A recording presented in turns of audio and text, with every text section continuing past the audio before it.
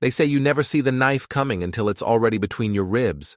In my case, I should have noticed when my wife started scheduling strategy calls at midnight and coming home smelling like expensive cologne that wasn't mine. Before we dive deeper into this story, I have one small request. Please subscribe, drop a like, comment, and hit that hype button to boost this channel so more people can discover these incredible Reddit stories. My name is Eli Mercer, and I used to think I had it all figured out. 42 years old, founder of a tech company that actually turned a profit, living in one of those glass-walled houses in the hills outside Austin that screamed, "I made it," to anyone driving by. My wife Rowan was the kind of beautiful that made other men stumble over their words, and our 9-year-old daughter Mattie had inherited her mother's looks and my smart mouth. Perfect life, right? That's what I thought too, until I found myself standing in my kitchen at 2 in the morning, holding my wife's phone and reading text messages that made me freeze. Can't wait to feel you again tomorrow. That thing you did with your tongue. God, I'm getting hard just thinking about it. C. The response, sent from Rowan's phone. Baby. Eli's working late again. Come over around 8. I'll be waiting in that red thing you bought me. I scrolled up. Weeks of messages. Months, maybe. Photos that made me want to throw the phone through our expensive floor-to-ceiling windows. My wife, my beautiful, ambitious wife, bent over my desk in positions that would make a porn star blush. The worst part? She was laughing at me in half these messages. He actually believed I was at a work retreat in Dallas. God, men are so stupid. Poor Eli. He tries so hard to please me. If only he knew what real satisfaction felt like.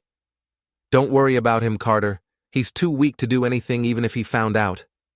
Carter Vale, the divorce attorney with the Porsche and the perfect teeth who'd been coming to our dinner parties for the past 6 months. The one who always complimented my cooking and asked about my business with such sincere interest. I set the phone down carefully, my hands shaking. Not from sadness, I'd work through that later.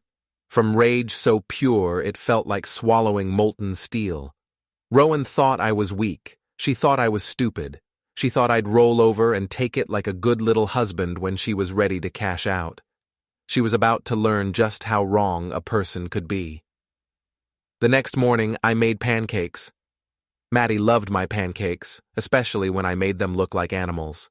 Today, I made a wolf, all teeth and sharp edges.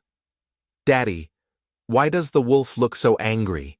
Mattie asked, pouring syrup over the creature's snarling face. "Maybe he just found out someone's been stealing from his den," I said, ruffling her dark hair. She had Rowan's eyes but my stubborn chin. Sometimes wolves have to remind people that they're not sheep. Rowan breezed into the kitchen wearing a silk robe that probably cost more than most people's rent. She looked perfect, as always. Flawless makeup, hair that fell in waves down her back, skin that glowed like she'd been lit by a professional photographer. "Morning, honey," she said, kissing my cheek. The same lips that had been wrapped around Carter's dick just 12 hours ago. "I've got that client meeting this morning, remember? Might run late." "Of course," I said, smiling. "Important client?" "Very." She grabbed a piece of toast, checking her reflection in the toaster's chrome surface. This could be the account that finally gets me that promotion. Funny. According to her text messages, she'd be spending the day at Carter's downtown apartment, trying out some new positions they'd seen in a video. "Well, you better get going then," I said. "Wouldn't want to keep them waiting." After she left, I called my sister Mara. If Rowan had her tribe of backstabbing socialites, I had Mara. 5 feet of pure legal venom wrapped in designer suits. "Eli, it's 7 in the morning. Someone better be gone." "Not yet," I said. "But I need your help. How quickly can we move assets around without anyone noticing?" A pause. Then, what did that snake do? I loved my sister. 2 hours later, we were sitting in Mara's law office, surrounded by paperwork that would make an IRS agent weep. Mara had always been the smart one in the family, Harvard Law, partnership at 35, the kind of woman who could skin you alive with a contract clause and make you thank her for it. So let me get this straight, she said, tapping her Mont Blanc pen against her teeth. Rowan's been screwing Carter Vale, and yes, I know who he is. He's a slimy piece of shit, and they're planning to divorce you and take half of everything. That's the gist of it. And you want to make sure that when she files, there's nothing for her to take. I want to make sure that when the dust settles, she's left with exactly what she brought to this marriage. Nothing. Mara grinned. It wasn't a nice expression. I can work with that, but Eli, you need to understand. Once we do this, there's no going back. This is nuclear warfare. Good, I said. I'm tired of playing nice. That afternoon, I drove to my company's headquarters. Merctech wasn't Google, but we'd carved out a nice niche in cybersecurity software. Nothing flashy, just solid code that kept bad guys out of good people's systems. It had taken me 15 years to build, working 18-hour days while Rowan climbed the social ladder. My CFO, Janet, looked up as I walked into her office. Eli? You look like hell. Thanks, Janet. Always a charmer. I sat down across from her desk. I need to restructure the company, today. Restructure how? I want to transfer my shares to a holding company. Mara's setting it up. Can we make that happen by the close of business? Janet frowned. Eli, that's a pretty big move. Is everything okay at home? Let's just say I'm planning for some changes in my personal life. She studied my face for a long moment, then nodded. I'll make the calls. By 5 o'clock, Eli Mercer owned exactly 0% of Merctech. On paper, anyway. In reality, I still controlled everything through a web of holding companies and shell corporations that would take a team of forensic accountants months to untangle. Rowan was in for a surprise. Rowan struck 3 days later, just as I was finishing a bedtime story for Mattie. She'd been acting strange all week, more affectionate than usual, constantly asking about my day, my work, my plans. I should have known she was gathering intelligence. Eli, we need to talk. I tucked Mattie in and kissed her forehead. Sweet dreams, kiddo. Dream about unicorns and ice cream. Can I dream about wolves instead? She asked. I like your wolf pancakes. Sure, baby.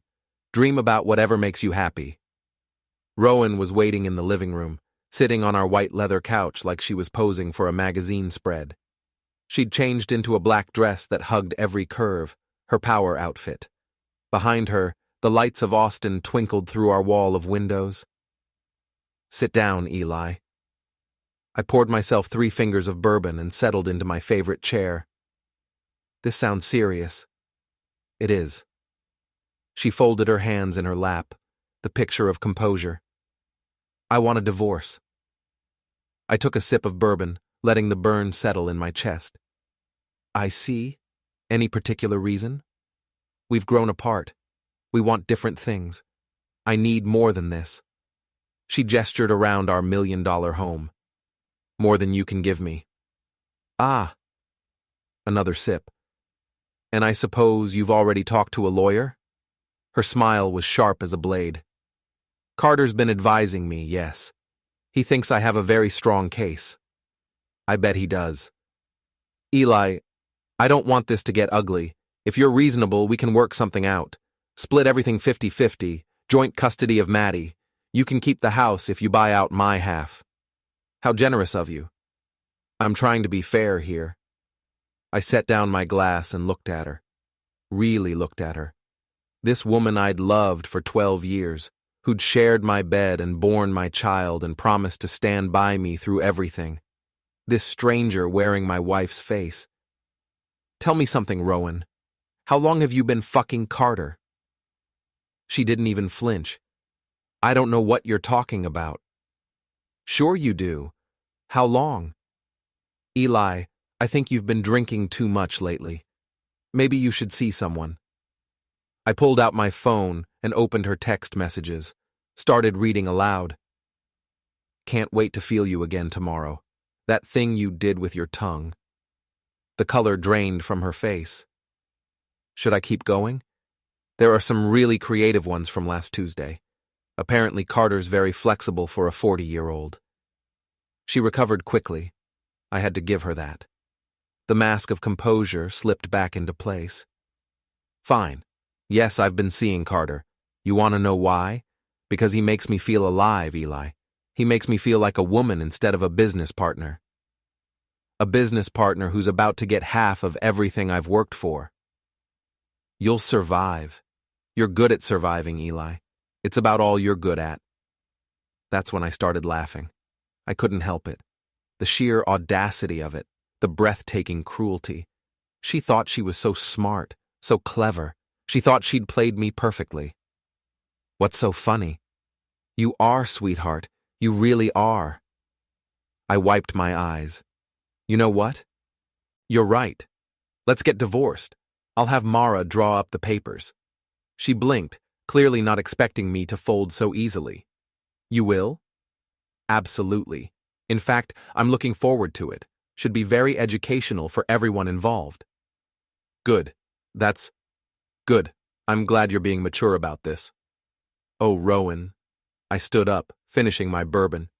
You have no idea how mature I can be. Carter called me the next morning. I was in my office, pretending to work while actually researching private investigators. His voice was smooth as expensive whiskey, with just a hint of smugness. Eli, buddy, I hope there are no hard feelings about this whole situation. Hard feelings? Why would there be hard feelings, Carter? Look, these things happen. Rowan and I, we didn't plan for this to happen. Sometimes people just connect, you know. Connect? Is that what they're calling it now? A pause.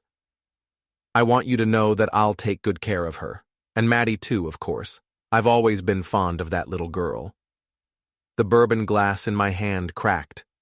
I set it down carefully. That's very kind of you, Carter. I'm hoping we can all be adults about this, for Mattie's sake. Absolutely. In fact, why don't you and Rowan come by tonight? We can discuss the details over dinner. I'll cook. That's very civilized of you, Eli. I appreciate that. Don't mention it. See you at 7. I spent the rest of the day preparing. Not dinner. I ordered Thai food from Rowan's favorite restaurant. I was preparing something much more satisfying. My old friend Cal had become a private investigator after leaving the police force. 20 years of marriage had taught him to spot cheaters from a mile away, and he owed me a favor from when I'd helped him set up his computer systems. Jesus, Eli, he said, scrolling through the photos on his laptop. She really went all out, didn't she? We were sitting in his car across from Carter's apartment building. The photos were time-stamped and crystal clear. Rowan going in, coming out hours later with her hair messed up and her lipstick gone. Carter's hands all over her in the parking garage, the two of them laughing as they got into his Porsche.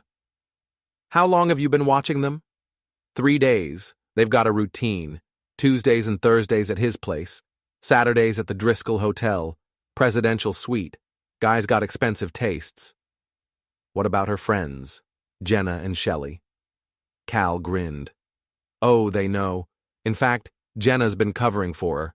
Told her husband that Rowan was with her last Thursday when she was actually getting bent over Carter's kitchen counter. And Shelley? Shelley's interesting. Turns out she's been warming Carter's bed too. Tuesdays are for Rowan, Wednesdays are for Shelley. Guy's got quite the operation going. I felt that cold rage settle in my chest again. Not just my wife, her whole social circle was in on it. They'd been laughing at me for months, probably comparing notes over their wine and yoga sessions. I need copies of everything, I said. Already burned to a flash drive. What are you planning to do with them? Something that's going to make tonight very interesting. At 7 sharp, Carter's Porsche pulled into my driveway. I watched from the window as he got out, straightening his tie. He was handsome in that generic way that women seem to love. Square jaw, perfect hair, the kind of smile that sold luxury cars and political campaigns. Rowan emerged from the passenger side wearing a red dress that I'd bought her for our anniversary last year. The irony was almost poetic. I opened the door before they could knock, smiling like I was greeting old friends. "Carter! Rowan! Come in, come in. I hope you're hungry." Carter shook my hand, his grip just a little too firm, marking his territory. "Smells great in here, buddy." Thai food from Madam Mam's, Rowan's favorite. We made small talk over dinner. Carter complimented the house, asked about my business, played the part of the concerned friend. Rowan sat beside him, occasionally touching his hand, watching me for signs of distress. They were both so sure they'd won. "So," Carter said, cutting into his pad thai, "Rowan tells me you're open to discussing terms." "Very open. In fact, I've already signed the preliminary papers Mara drew up." Rowan's fork paused halfway to her mouth. "You have?" "This morning. 50-50 split just like you wanted. Joint custody. Very fair, very reasonable." Carter smiled. "I'm glad to hear you're being sensible about this, Eli. Divorce can get so ugly when people let their emotions take over." "Oh, I agree completely. Emotions just complicate things." I stood up, walking to the laptop I'd set up on the kitchen counter. "Speaking of complications, I thought you might find this interesting." I hit play on the first video. The sound of Carter's voice filled the room. "God, Rowan, you feel so good. Tell me how much better I am than your husband." The color drained from both their faces. "That's from Tuesday," I said conversationally. "Cal's got quite the telephoto lens. The audio's crystal clear, too. Apparently you left the window open." Carter stood up so fast his chair fell over. "You sick fuck! You were spying on us?" "Gathering evidence. There's a difference." I clicked to the next video. "Oh, this one's my favorite. Rowan, you're very flexible for 37. Rowan was staring at the screen in horror. "Eli, stop this." "But we're just getting started. Wait until you see the photos from the Driscoll. Very artistic. Carter, you might want to see a doctor about that mole on your ass." Carter lunged for the laptop. I stepped aside, letting him crash into the counter. "Careful there, champ. You'll hurt yourself." "You can't use any of this," Rowan said, her voice shaking. "It's illegal. Invasion of privacy." "Actually, it's not. Cal's a licensed private investigator and he was shooting from public property. Everything here is perfectly admissible in court."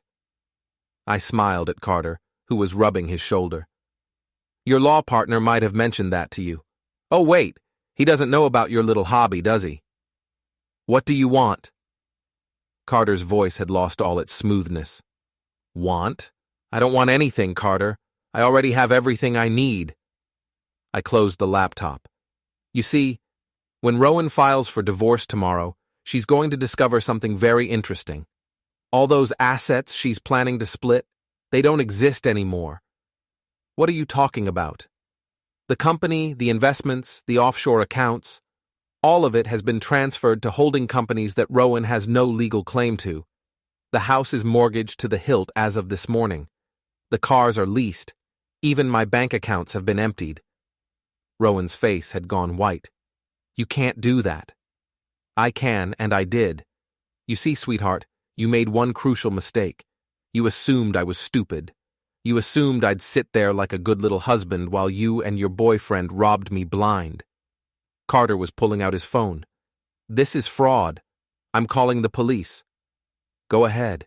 Everything I did was perfectly legal. Mara made sure of that. You might want to call your law partner instead. Explain why there are photos of you fucking a client all over the internet." His phone slipped from his hands. "You didn't." "I did. Uploaded them to every gossip blog in Austin about an hour ago. Your professional reputation should be completely destroyed by morning." Rowan started crying. Real tears this time, not the crocodile tears she'd used to manipulate me for years. "Eli, please, think about Mattie." "I am thinking about Mattie. That's why I'm making sure she doesn't grow up thinking it's okay to lie and cheat and steal from people who love you." Carter grabbed Rowan's arm. "Come on, we're leaving." Yes, you are. And Carter, don't come back. Ever. Because next time, I won't be so civilized. They left without another word, Carter's Porsche spitting gravel as they tore out of my driveway. I poured myself another bourbon and sat down to wait for the fallout. It didn't take long. My phone started ringing at 6 the next morning. First it was Jenna, Rowan's best friend and partner in crime. Eli, what the hell did you do? Good morning, Jenna. Lovely day, isn't it? Those photos are all over the internet. Everyone's seen them. Rowan's devastated. Is she? That's terrible. Maybe she should have thought about that before she decided to star in her own porn collection. You're a monster. No, Jenna. I'm just not a victim anymore. Next was Shelley, Rowan's co-worker and Carter's Wednesday girl. She was crying so hard I could barely understand her. Eli, please, you have to take those photos down. My husband saw them. He's filing for divorce. Gee, Shelley, that's rough. Maybe you should have thought about that before you decided to help my wife destroy our marriage. I never meant for this to happen. Sure you did. You all did. You just thought I was too weak to fight back. The calls kept coming. Neighbors, mutual friends, even Rowan's brother Nate, a knuckle-dragging ex-contractor who'd always treated me like I wasn't good enough for his precious sister. You piece of shit, he growled into the phone. What you did to Rowan is unforgivable. What I did to Rowan? Nate, your sister spent 6 months fucking another man in my bed. But I'm the bad guy? She made a mistake. That doesn't give you the right to humiliate her like this. Actually, it gives me every right. But thanks for calling. It's good to know where everyone stands. By noon, the story had made it to the local news blogs. Prominent Austin attorney caught in sex scandal. Carter's law firm released a statement saying they were investigating the matter. His partnership was toast. Rowan called it too, her voice hoarse from crying. Eli, please, I'm begging you, take the photos down. Can't do that, sweetheart. Once something's on the internet, it's there forever. You should know that. You work in PR. I'll do anything. Please. Anything? How about you give me back the 12 years you stole from me? How about you give me back the trust you destroyed? How about you give me back the respect you pissed away while you were playing house with Carter? I'm sorry. I'm so sorry. No, you're not. You're sorry you got caught. There's a difference. That evening, Mara came over with Chinese takeout and a bottle of champagne. Jesus, Eli, you really went nuclear, didn't you? They started the war. I just finished it. Carter's firm dropped him this afternoon. Rowan's been fired too. Apparently her boss didn't appreciate the negative publicity. Good. Maybe now they'll understand what it feels like to lose everything. Mara studied my face over her wine glass. You know this isn't over, right? They're going to fight back. Let them try. I've got more ammunition where that came from. She was right, of course. The next morning I woke up to find my car keyed and my mailbox smashed. Someone had thrown eggs at my windows and spray-painted asshole on my garage door. Nate's handiwork, no doubt. The man had all the subtlety of a brick through a window. But if they wanted to escalate, I was ready to play. Carter made his move 3 days later. I was dropping Mattie off at school when 2 police officers approached me in the parking lot. Eli Mercer, we need to talk to you about some allegations that have been made. What kind of allegations? Child endangerment. Your ex-wife claims you've been drinking heavily and behaving erratically around your daughter. I looked over at Mattie, who was watching from the school steps with wide eyes. Officers, I haven't had a drink in 3 days. You're welcome to test me right now. That won't be necessary, but we do need you to come down to the station and answer some questions. 2 hours later, I was sitting in an interrogation room while a detective named Morrison read from a report that painted me as an unhinged alcoholic who'd threatened to hurt himself and others. According to this, you told your wife you were going to make everyone pay and that you had nothing left to lose. Detective, Have you seen the photos of my wife having sex with her lawyer? Morrison's expression didn't change. That's not relevant to these allegations. It's completely relevant. My wife is trying to get custody of our daughter by making false accusations. She's using you to fight her battles for her. Do you own any firearms, Mr. Mercer? No, I don't even own a kitchen knife sharper than a butter knife. You can search my house if you want. They did search my house. Spent 4 hours going through every room, every closet, every drawer. Found nothing more dangerous than a bottle of Advil and some expired cough syrup. But the damage was done. By the time they left, half the neighborhood had seen the police cars in my driveway. The whispers started immediately. That night, Mara called with more bad news. Carter filed an emergency motion for custody. He's claiming you're mentally unstable and potentially dangerous. Can he do that? He's not even Mattie's father. He's representing Rowan, and apparently, she's claiming you threatened to kidnap Mattie and disappear. That's insane. I would never hurt my daughter. I know that, but we need to be prepared. They're playing dirty now. Then it's time I played dirtier. I called Cal. I need everything you can dig up on Carter Vale. Financial records, client complaints, parking tickets, everything. Already on it.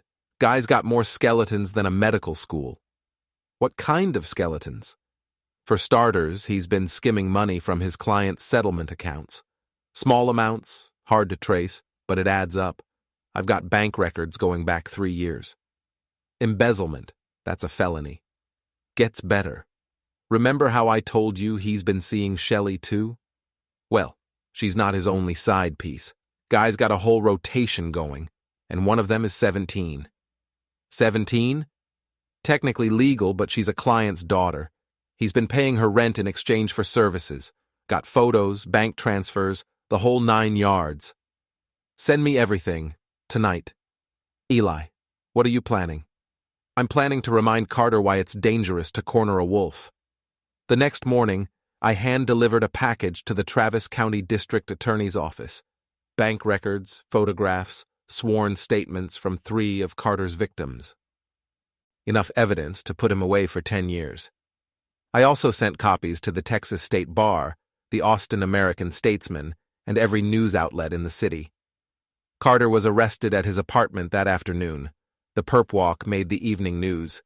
Rowan called me, screaming, "You destroyed him! You destroyed everything!" No, Rowan. Carter destroyed himself. I just made sure everyone found out about it. He was going to marry me. Was he?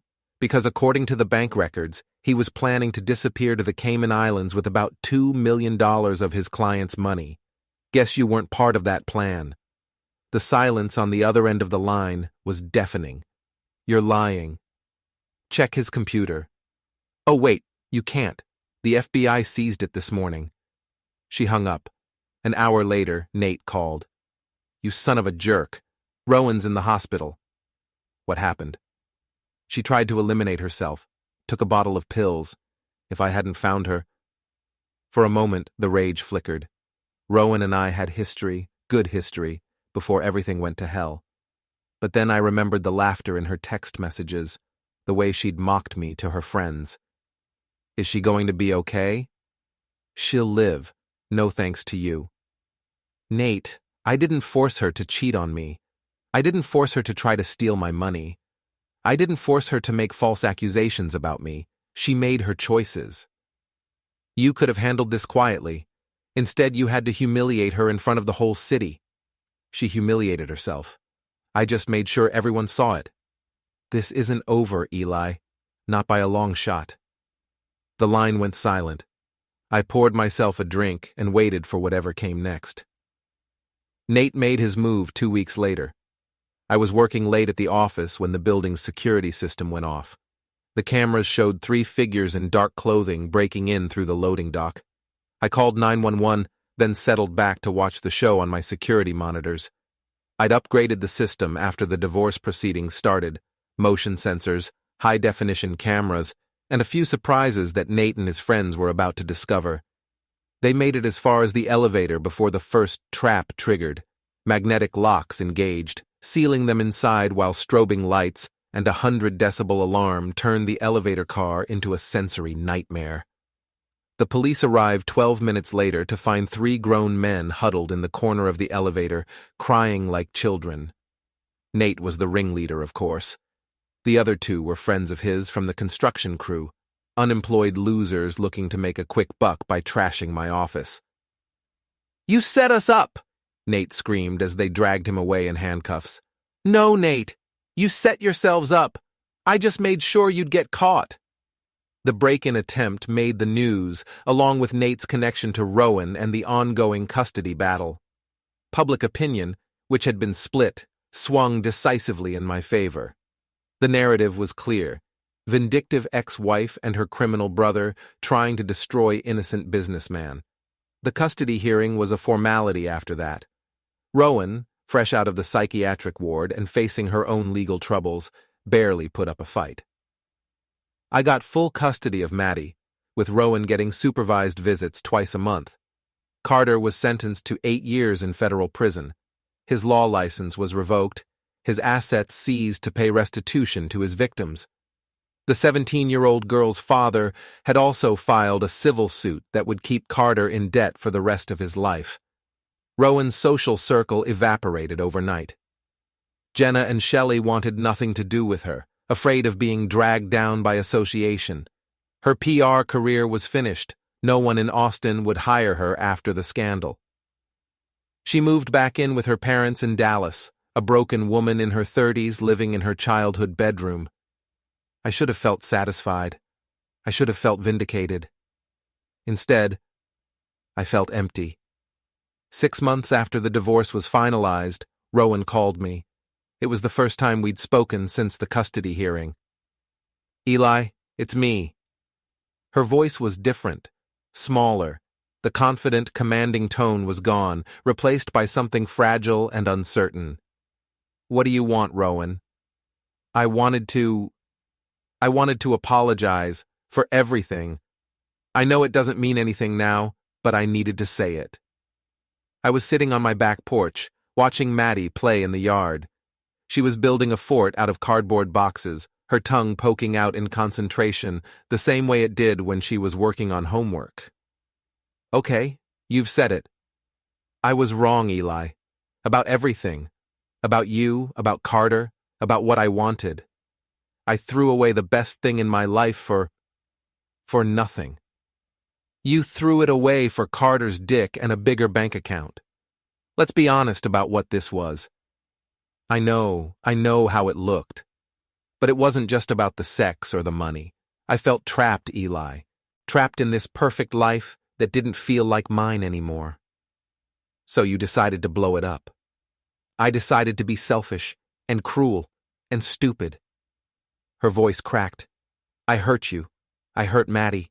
I hurt myself. And for what? Carter's in prison, I'm living with my parents, and my daughter barely looks at me when I come to visit."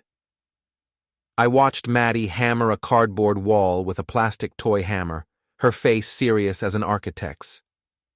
"What do you want me to say, Rowan?" "I don't know.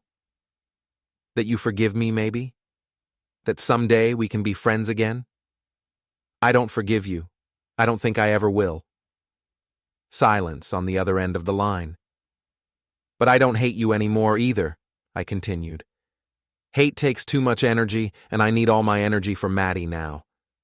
She's lucky to have you." "Yeah, she is." "Eli, do you think there's any chance, any possibility that we could try again? I know it sounds crazy, but no."